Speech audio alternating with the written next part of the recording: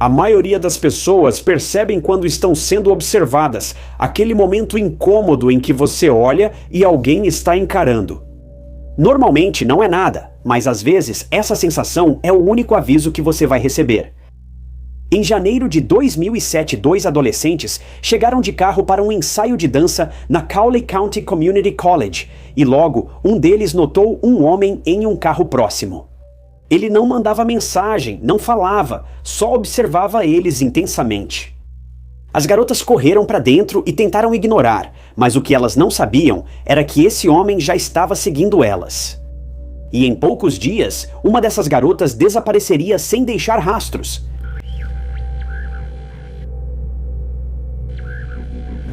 Jodie Sunderholm nasceu em Arkansas City, Kansas, filha de Brian e Sydney. Ela era uma de 3 irmãos, com um irmão chamado Jason e uma irmã chamada Jennifer. Desde pequena, Jodie adorava música e dança, e isso rapidamente se tornou uma grande parte da sua vida, algo que ela continuou durante todo o ensino médio e também na faculdade. Talvez ela esperasse fazer carreira nisso. Mas infelizmente, essa carreira universitária foi interrompida. Veja, Jodie também era super inteligente. Ela estudou na Arkansas City High School, onde foi uma das 4 alunas com as melhores notas da turma. Ela era membro da National Honor Society, uma aluna destaque do estado do Kansas, e também uma bolsista da Kansas School of Regents. Ela amava dançar, e com seu talento natural, entrou e permaneceu no time de dança da Ark City High School durante todo o ensino médio. Ela também foi capitã do time por 2 anos. Além disso, foi dançarina e instrutora na Ark City Dance e também na Universal Dance Association. Então, pode-se dizer que a dança corria nas veias de Jodie. Ela achava relaxante e suas colegas de equipe a lembram como uma garota trabalhadora que simplesmente vivia a vida no seu próprio ritmo. Ela também era muito amigável e, como capitã de dança, era uma líder nata, todas as habilidades que ela planejava usar bem durante a faculdade. Mas ela nunca teria essa chance. Após o ensino médio, muitos achavam que Jodie seguiria carreira na dança, mas ela tinha outros planos. Ela não abandonou a dança, mas queria estudar na área médica. Então, Jodie escolheu farmácia e se matriculou na faculdade comunitária do condado de Cali. E lá, ela continuou seus estudos enquanto também entrou para o grupo de dança, a equipe de dança Cali Tigarete. Naquela época, Jodie levava uma vida tranquila, crescia em um bairro calmo, estudava para um futuro na área da saúde e seguia fazendo o que mais amava, dançar. Mas enquanto Jodie estava focada em seu futuro, outra pessoa já havia começado a observá-la. E em poucos dias, Jodie Sunderholm desapareceria, faltando a um compromisso importante e deixando sua família e amigos desesperados em busca de respostas.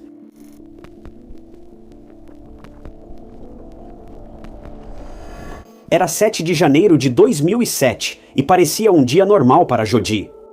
Normal certamente não definiria como aquele dia terminou. Na manhã daquele dia fatídico, Jodie teve que ir para a faculdade para um ensaio de dança que terminaria por volta das 10h45. Então, Jodie acordou e vestiu sua roupa de dança, que era um colante Cali Tigarete e uma jaqueta preta Tiger App, combinando com seu nome. Ela pegou sua bolsa e saiu de casa. Ela foi de Dodge Stratus à faculdade e participou do ensaio.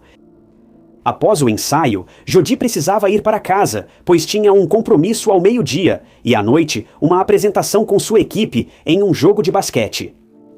Jodie era a coreógrafa da equipe e precisava comparecer a todos esses compromissos importantes que assumiu. Mas ela nunca iria. Depois que o ensaio terminou, Jodie saiu da faculdade e então ninguém mais teve notícias dela. Após o ensaio, Cindy, mãe dela, decidiu falar com a filha, porque Jodie sempre mandava mensagem ou ligava depois dos compromissos para mantê-los informados. Mas Cindy nunca foi chamada por Jodie, o que a preocupou. Ela tentou ligar para Jodie várias vezes, mas ela não atendia. Isso não era típico de Jodie. Ela sempre atendia o telefone, talvez não na hora, mas fazia questão de retornar para os pais ou irmãos. Se não fosse uma ligação, ela ao menos avisaria por mensagem se estivesse ocupada. Mas Jodie estava em completo silêncio. Ela não atendia as ligações. As mensagens enviadas para ela ficavam sem resposta. E isso fez os pais dela se sentirem de um jeito nada bom. Cindy procurou o pai de Jodie, Brian, que também não sabia dela. Brian ligou várias vezes para o celular dela, mas ela não atendeu. Era a segunda vez seguida que isso acontecia. Será que ela tinha perdido o celular? Será que ela esqueceu o aparelho no ensaio e saiu de última hora para algum lugar? Os pais dela estavam tentando pensar em todas as teorias possíveis para não desmoronarem de preocupação. Cindy estava no trabalho, mas tão ansiosa que decidiu sair mais cedo e voltar para casa. Jody deveria ir para casa após o ensaio, então talvez estivesse lá. Cindy estava rezando para que ela estivesse lá durante o trajeto para casa, mas quando ela parou em frente à casa, o carro de Jody não estava em lugar nenhum. A casa estava vazia e o quarto de Jody igual ao que ela deixou de manhã. O cesto de roupas estava vazio e o banheiro parecia não ter sido usado. Jody não estava em casa e Cindy já não controlava a ansiedade. Ela ligou para amigos e parceiros de dança da Jody para saber se alguém a viu. A equipe de dança contou a Sydney que Jody foi ao ensaio e depois saiu da faculdade. Além disso, eles não sabiam se ela tinha outros compromissos ou coisas para resolver depois.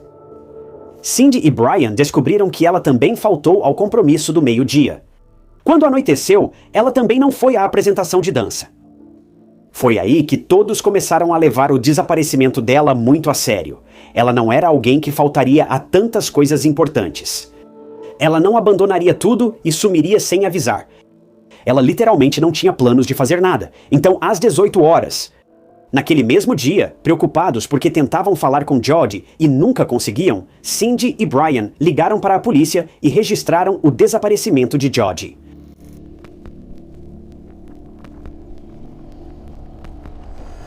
A polícia não deu aos pais de Jody o discurso de esperar 48 horas e iniciou imediatamente as buscas por ela. Cindy e Brian já haviam informado a polícia que Jody faltou a 2 compromissos importantes e sabiam que ela não fugiu de casa. A polícia ajudou os pais dela a colar cartazes de desaparecida enquanto iniciavam as buscas pelo carro dela. Esse foi o primeiro passo que poderia levar a algum rumo nesse desaparecimento confuso. Enquanto a polícia emitia um alerta para localizar o carro, investigaram os mais próximos de Jody, seus amigos, conhecidos e interesses amorosos. Eles precisavam de todos os detalhes. Os pais de Jody informaram a polícia sobre seu namorado, Cody. Então a polícia investigou ele. Eles entraram em contato com ele e descobriram que, na verdade, ele estava no Texas para encontrar a família. Ele tinha um álibi irrefutável e nem estava no Kansas quando Jody desapareceu. Além disso, ele ficou realmente surpreso ao saber do desaparecimento de Jody. Ele também não tinha motivo para machucá-la ou ameaçá-la. A polícia resolveu falar com os membros da equipe de dança de Jody, que provavelmente foram os últimos a vê-la. Todos contaram aos policiais o mesmo que disseram a Cindy. Ela foi para a faculdade como sempre. Ela ensaiou, depois foi embora. Quando a polícia pediu detalhes, nada realmente chamou a atenção. Segundo membros do grupo de dança e amigos que a viram, ela não parecia nervosa ou assustada, apenas sendo ela mesma. Ela não parecia triste nem falou de nada estranho, tudo estava normal. A polícia ficou sem pistas. Sabiam que algo ocorreu com Jody após ela sair da faculdade depois do ensaio. Mas o quê? Bem, era isso que eles precisavam descobrir. Depois, foi a vez dos amigos mais próximos de Jody. A polícia decidiu falar com eles também para ver se tinham alguma informação útil que pudesse ajudá-los a entender o desaparecimento de Jody. E um dos amigos realmente tinha algo a dizer, mas era a última coisa que a polícia esperava ouvir.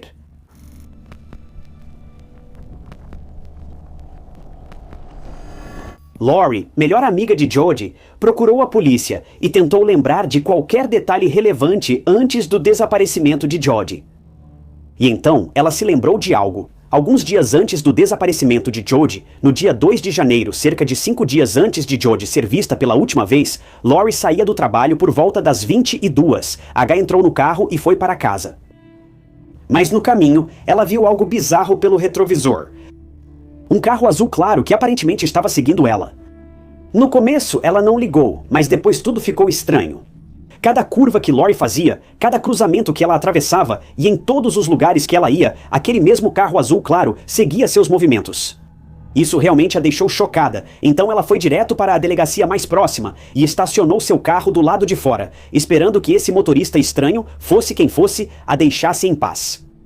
Agora, ela não entrou na delegacia para denunciar o motorista do carro, porque, bem, ela achou que alguém estava apenas pregando uma peça nela, talvez só querendo mexer com ela. Além disso, ela não viu o motorista, a placa ou algo importante, apenas a cor do veículo. Isso não ajudaria muito e a polícia provavelmente a dispensaria. Mas de qualquer forma, Lori sentou-se no carro e o motorista a deixou em paz, pelo menos inicialmente. Quando achou que já era seguro sair, ela saiu rápido do estacionamento, mas foi seguida de novo pelo mesmo carro azul. Ela estava apavorada e voltou ao estacionamento da delegacia, onde esperou muito tempo. Após o que pareceu uma eternidade, ela foi embora para casa dirigindo e, felizmente, não foi seguida. No dia 5 de janeiro, 3 dias após o incidente, Lori e Jodi chegaram ao Calais Community College e estacionaram para o ensaio citado. Ao olhar ao redor do estacionamento, Lori viu algo familiar. Era o mesmo carro azul que a seguira há pouco tempo, e agora ela viu claramente o rosto da pessoa. Era Justin Eugene Thurber, de 23 anos. Lori, ou Jodi na verdade, não conheciam Justin pessoalmente, mas Arkansas City era uma cidade pequena, onde todos conheciam todos. Se visse alguém na rua, certamente se lembraria e poderia vê-la de novo. Lori lembrava do rosto de Justin porque o viu recentemente pela cidade com amigos e irmãos. A polícia entrou em alerta máximo ao saber do envolvimento de Justin. O caso finalmente estava avançando, e como a polícia não tinha nenhuma pista ativa no caso de Jodi, eles decidiram investigar mais sobre Justin. Na verdade, ele não seguia Jodi, mas sim perseguia Lori o tempo todo. Ainda assim, era algo. Ao serem questionadas sobre Justin, várias garotas do time de dança e amigas de Jodi contaram aos policiais que já o tinham visto diversas vezes na faculdade. Mas ele não era aluno da faculdade, nem estava lá para buscar alguém. Ele parava o carro em frente à faculdade e ficava apenas observando as garotas que entravam ou saíam das aulas. Isso deixava todos desconfortáveis, mas Justin também era bastante conhecido pela polícia. Ele havia sido acusado e condenado por posse de substâncias ilegais em 2004. Após ser liberado em liberdade condicional, ele foi preso novamente 3 meses depois por assalto. Ele ia e voltava entre a sociedade e a delegacia por crimes semelhantes até poucos dias antes do desaparecimento de Jodi, em 1º de janeiro. Justin teve problemas com a polícia por se passar por policial. Mas de alguma forma, ele saiu impune. Ainda não está claro por que ele não foi preso e como permitiram que ele continuasse andando pelas ruas. Mas quando a polícia veio atrás dele, ele fingiu problemas médicos e foi levado para o hospital. E depois disso, por algum motivo estranho, ele conseguiu simplesmente sair impune. Só posso imaginar o quanto esse incidente aumentou o ego do Justin. Ele fez algo errado e, pela primeira vez, nem sequer recebeu uma punição leve por isso, o que é inacreditável. Com essas informações, a polícia foi à casa de Justin para saber onde ele estava no dia do desaparecimento de Jodi. Mas imagine a surpresa da polícia quando eles entraram na garagem e viram um carro azul claro, já conhecido, estacionado bem na frente da casa da família Thurber.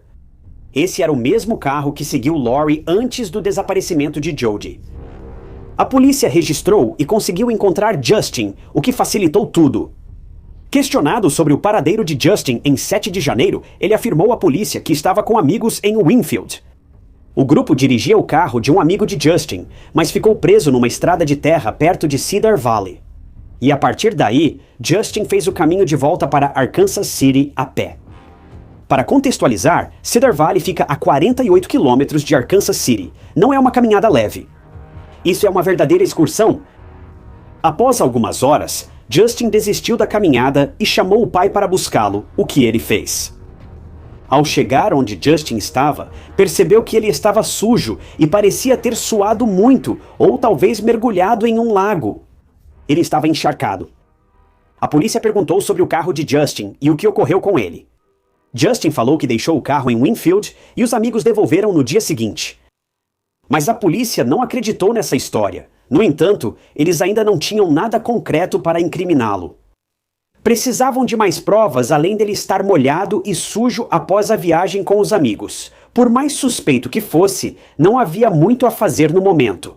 A polícia retornou e no dia seguinte fez nova visita à casa de Justin. Dessa vez eles entraram na casa e deram uma olhada. Eles viram algo estranho, um par de sapatos brancos sobre uma toalha.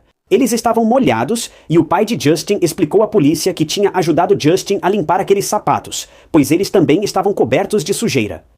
O pai dele também confirmou que esses eram exatamente os sapatos que ele estava usando quando saiu para aquele passeio com os amigos, e a polícia agora sabia o que precisava fazer. Eles tinham que ir até onde Justin esteve com os amigos. Pelo menos de acordo com ele, porque lá eles sabiam que provavelmente encontrariam algum tipo de evidência. E como eles estavam certos,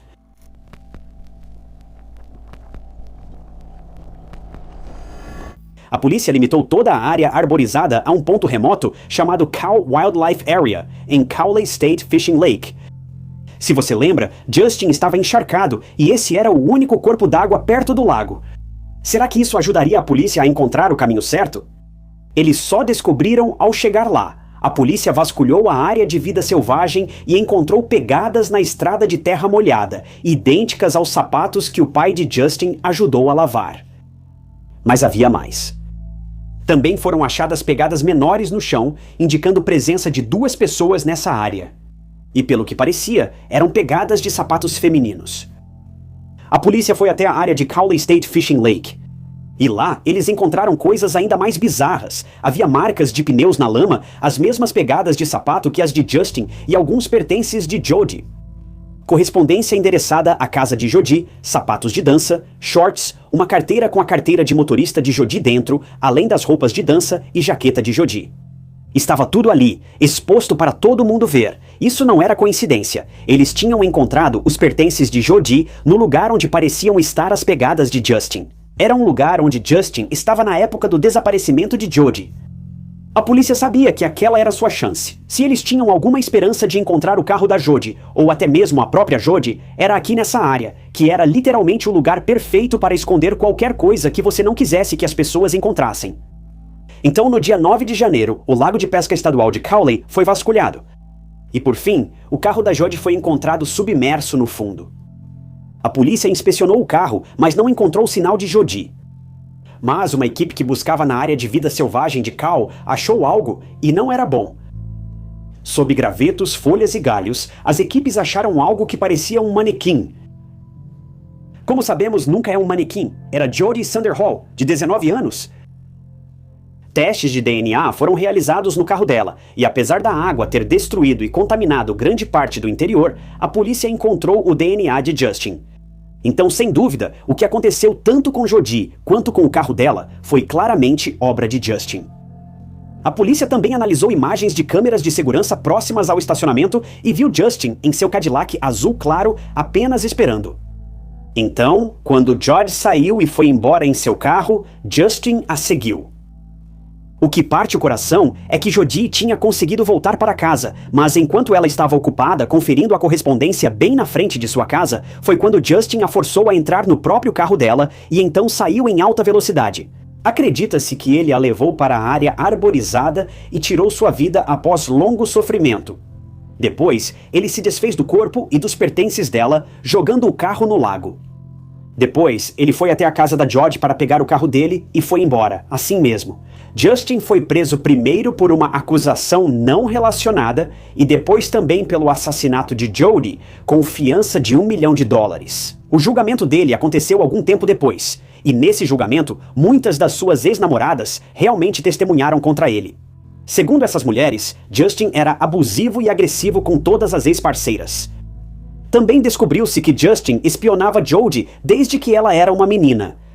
De acordo com sua ex-namorada recente, Justin sabia quem era Jody, porque ele ficava à espreita nas sombras e a observava de forma assustadora enquanto eles ainda eram literalmente crianças. Esse homem era perseguidor desde criança. Se isso não te enoja, não sei o que mais faria. O ataque a Jody não foi aleatório. Ele a espionou intencionalmente e decidiu levar as coisas adiante por um motivo doentio e distorcido.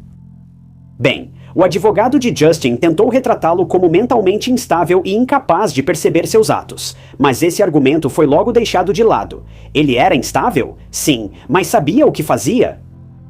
Claro, Justin tinha QI razoável, estudou em escola comum e até foi à faculdade. Ele não era mentalmente incapaz. Na verdade, eu diria que ele sabia encobrir seus rastros, se livrar do carro e dos pertences de Jody e escolher o melhor lugar para esse ataque. Ele sabia inventar uma história diante da polícia, algo que uma pessoa mentalmente incapaz não faria. Bem, em fevereiro de 2009, Justin foi considerado culpado, mas a sentença dele foi um choque completo para todos no tribunal naquele dia.